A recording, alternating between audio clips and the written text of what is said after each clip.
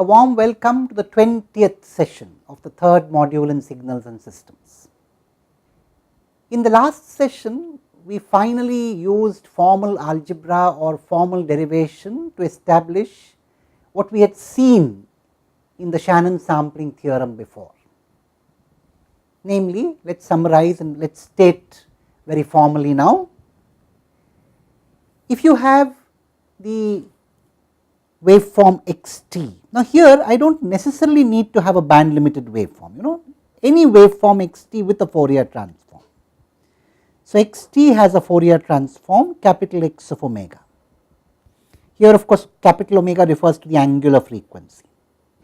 And we multiply xt by a periodic train of pulses, we call that pt, and pt has a Fourier expansion, a Fourier series expansion.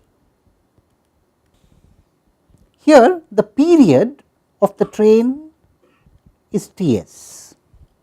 What is the Fourier transform of the resultant? We saw that last time. So, the Fourier transform is essentially summation over all k, over all integer k, of Ck times shifted versions of the original Fourier transform. I had written down what this equation says in words the last time, now I will show it graphically. And this time I will intentionally show graphically with xt which is band limited, but you have been disobedient to the Nyquist principle. So, let us draw an example of xt and let us take an example of 1 by Ts, which disobeys the Nyquist principle. We should be more general now. So, let us take capital X omega looking like this. So, let us make matters simple. Let us assume x omega has 0 phase, and what I am showing here is the magnitude directly. So, the magnitude is non-zero only between 0 and omega m on the positive side and 0 and minus omega m on the negative side. It is of course corresponding to a real signal. In fact, this would be a real and even signal xt. And in fact, just as an aside, the exercise for you is find xt. It is not too difficult to find xt from this Fourier transform. And the hint is convolve a rectangular pulse with a rectangular pulse in the frequency domain. Anyway, this is just to put the whole meaning of xt in perspective. Now, let us take 1 by Ts or Ts in such a way, essentially we will take 1 by Ts not more than twice of the maximum frequency component, but only say 1.5 times that. So, 3 by 2 times omega m by 2 pi instead of making it more than 2 times. So, we are disobeying Nyquist principle. What would happen? So, let us take a first set of terms here. Let us draw the first few terms, and remember, in the train of pulses, not impulses, we saw that C0, C1 had magnitudes that look like this. Recall from the previous session, C0 might be somewhere here, C1 somewhere here. So, for the first few terms we agreed that there would be a decreasing set of values in magnitude. So, what would happen? Now, I sort of compress it. So, I have omega m here and I have omega s here, which is 2 pi by Ts, and that is 3 by 2 times omega m. So, I draw the original spectrum, this nice neat little triangle, and now I draw its so called carbon copies. So, I have one carbon copy here, it is around omega s, it simply carbon copy is this black thing around omega s. The good thing is that it has a magnitude less than, so this is of course C0 times x omega, this one, and then you would have C1 times x omega minus omega s here, but C1 has a magnitude less than C0, and then again I have 2 times omega s and so on. So, I will just draw 2 of the terms to make things clear. you can see this will come up to omega m by 2. We can draw one or two more terms if you like, So, omega s is 3 by 2 omega m, and you could take the next term which I could draw in blue around 2 times omega s, that is 3. Now, this is omega, well, you have 3 by 2 omega m, so this goes up to omega m by 2. So, 3 by 2 plus that makes it 5 by 2 here, and around 3 omega m again. So, 3 omega m to 2 omega m somewhere here. So, it would be even smaller in magnitude, and the same thing on the other side anyway. Now, what I am trying to emphasize is that because we have used pulses and not impulses, these carbon copies have decreasing magnitude. So, those carbon copies overlap, you can see that, there is this black original, and there is the green carbon copy which is immediately troublesome, and then the blue carbon copy and so on. And in comparison to the situation where you used an ideal sampling, that is, there was a train of impulses which all had essentially a width equal to 0 and height tending to infinity. So, your impulses instead of pulses, in that case all these carbon copies would have the same magnitude, the same strength, but here the good thing is they decrease in strength.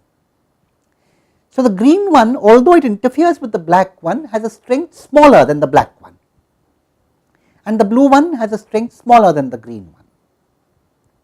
So, in fact, in a way, using pulses instead of impulses has been a blessing, because these carbon copies have decreased in magnitude in a certain sense, seems to be a blessing. But you have to be careful. Looking at it by itself, it is a blessing. So, if I look only at the sampling process, there is no problem, it looks like a blessing. In fact, now I can of course obey Nyquist principle. So, here let me go back to the figure. If the Nyquist principle were obeyed, the carbon copies would not overlap. In that case, we could conceive of reconstructing the original from its samples, now generalized samples with sampling waveform given by the pulse train, not the impulse train. And you have seen in a few discussions before that we could use what we call a crude or a simple reconstructor. You could make the reconstructor as simple as just an RC circuit. The only catch there is that if you want a practically realizable reconstructor, I need the response not to be quite flat. So, I must equivalently use a very small portion of the response around 0. And if I am trying to use a small portion of the response around 0 frequency, what I am saying equivalently is that omega s must be very far away from omega m. So, let me draw the situation to illustrate it to you.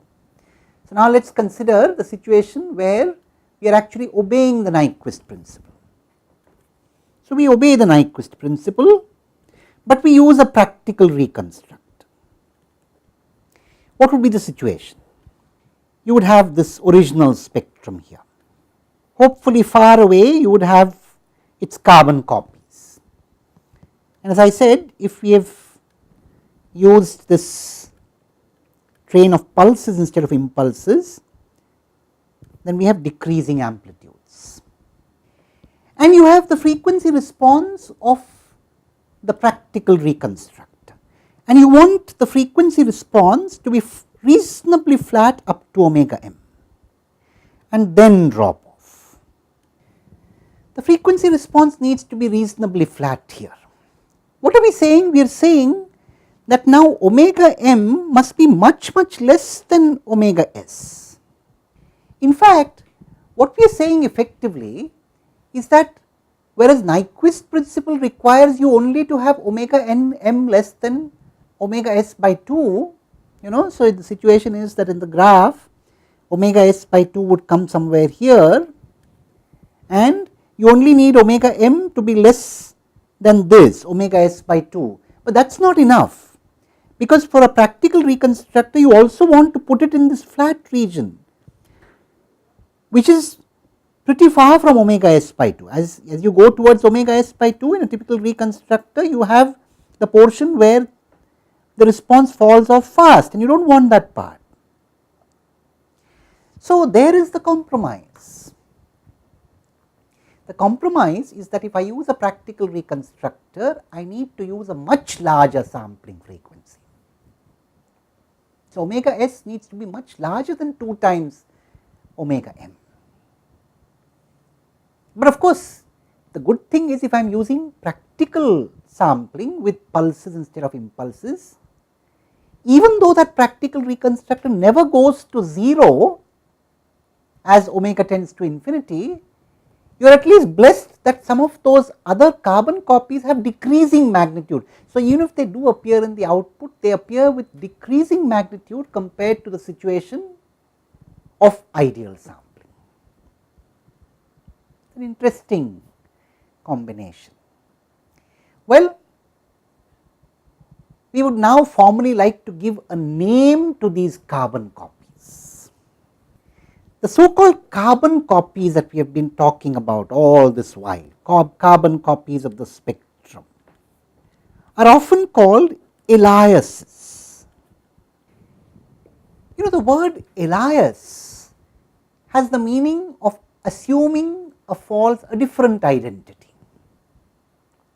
So, very often a person uses an alias to represent himself or herself. That means a different name. That is what the original spectrum is doing here. The original spectrum is pretending to be something else, pretending to assume a different name. It is pretending to be a spectrum which lies around different multiples of the sampling frequency. And if the aliases interfere with the original, there is confusion. If the aliases do not interfere with the original, there is no confusion. Simple enough. So, Nyquist principle says do not allow aliasing. We will see more in the next sessions. Thank you.